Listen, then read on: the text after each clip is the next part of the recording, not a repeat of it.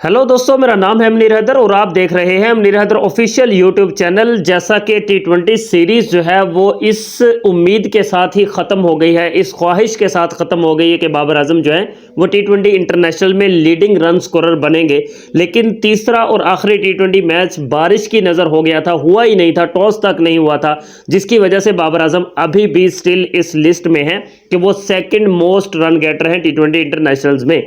लेकिन जैसा कि अब 17 तारीख से 17 दिसंबर से जो पाकिस्तान वर्सेस साउथ अफ्रीका की ओडीआई सीरीज स्टार्ट हो रही है और इस स्क्वाड का भी हिस्सा है बाबर आजम।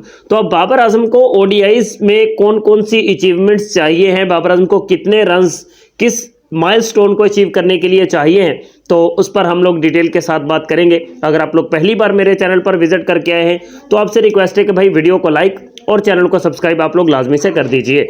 तो बाबर आजम को 6000 ओडीआई रन्स बनाने हैं इसी साउथ अफ्रीका वाली सीरीज़ में।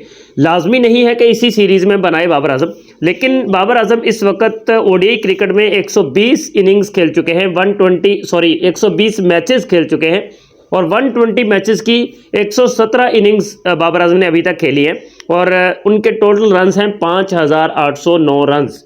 5809 runs with highest average of 57। Unbelievable, 57 की एवरेज है बाबर आजम की और उनके 19 सेंचुरीज हैं ओडीआईज में और 32 50 प्लस है उनके। तो टोटल बाबर आजम जो है उनके 5809 रन है और अगर बाबर आजम को 6000 रन कंप्लीट करने हो तो उनको मजीद 191 रन और बनाने होंगे। लेकिन बाबर आजम को ये रन्स 5 इनिंग्स में बनाने होंगे। मतलब हम तो ये कहते हैं कि इसी ओडीआई सीरीज़ में जो कि साउथ अफ्रीका के खिलाफ होने वाली है, तो इसी ओडीआई सीरीज़ में बाबर आजम जो है 191 रन्स बना लेंगे। और अगर बाबर आजम की जो एवरेज है पीछे अब तक जो बाबर आजम ने एवरेज मेंटेन की है 57 की, तो अगर बाबर आजम उसी 57 की एवरेज से भी रन्स करते हैं तो लगभग वो यहाँ तक पहुँच ही जाएंगे। मतलब उनको ऑलमोस्ट तकरीबन 63-64 रन्स या 65 रन्स पर इनिंग्स बनाने होंगे कि वो 191 तक पहुँच ही जाएंगे। लेकिन बाबर आजम जैसे ही इस माइलस्टोन तक पहुँचेंगे 6000 रन्स तक, तो वो फास्टेस्ट बैटर बन जाएंगे ओडीआई क्रिकेट में, फास्टेस्ट बैटर।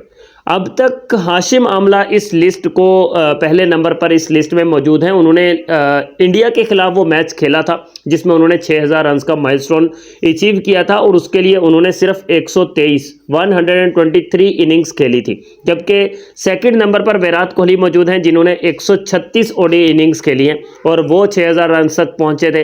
फिर केन विलियमसन और डेविड वार्नर का नाम भी आता है कि जिन्होंने 139 ओडीआई इनिंग्स खेलकर 6000 ओडीआई रन्स कंप्लीट किए थे। लेकिन बाबर आजम अब तक सिर्फ 117 इनिंग्स ही खेले हैं और उन 117 इनिंग्स में उनके रन्स की तादाद है 5809। तो अब बाबर आजम अगर नेक्स्ट 5 इनिंग्स में अगर वो 191 रन्स मजीद बना लेते हैं तो बाबर आजम ओडीआई क्रिकेट के इस चार्ट को लीड कर लेंगे। उन्होंने 5000 भी फास्टेस्ट बनाए थे, मैंने उस पर भी वीडियो बनाकर अपलोड की थी और अब वो 6000 भी फास्टेस्ट रन्स बनाने वाले बैट्समैन बन जाएंगे क्योंकि 5 इनिंग्स में उनको 191 करने हैं।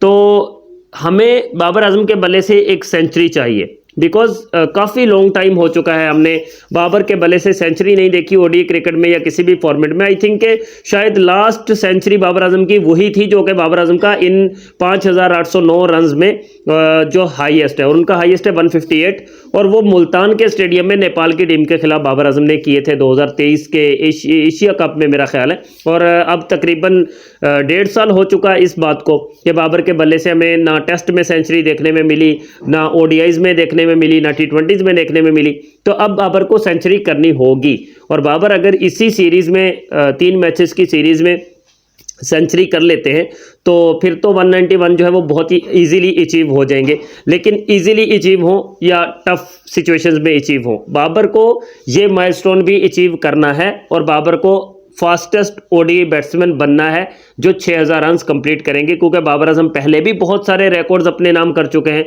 तो ये भी बाबर को करना ही पड़ेगा। आपके ख्याल में बाबर आजम इन 191 रन्स जो दरकार हैं तो क्या वो मतलब 5 इनिंग्स में करेंगे, 4 में करेंगे या 3 में करेंगे? तो आप ज़रा कमेंट्स में लाजमी से बता दीजिएगा, लाइक सब्सक्राइब भी कर दीजिए।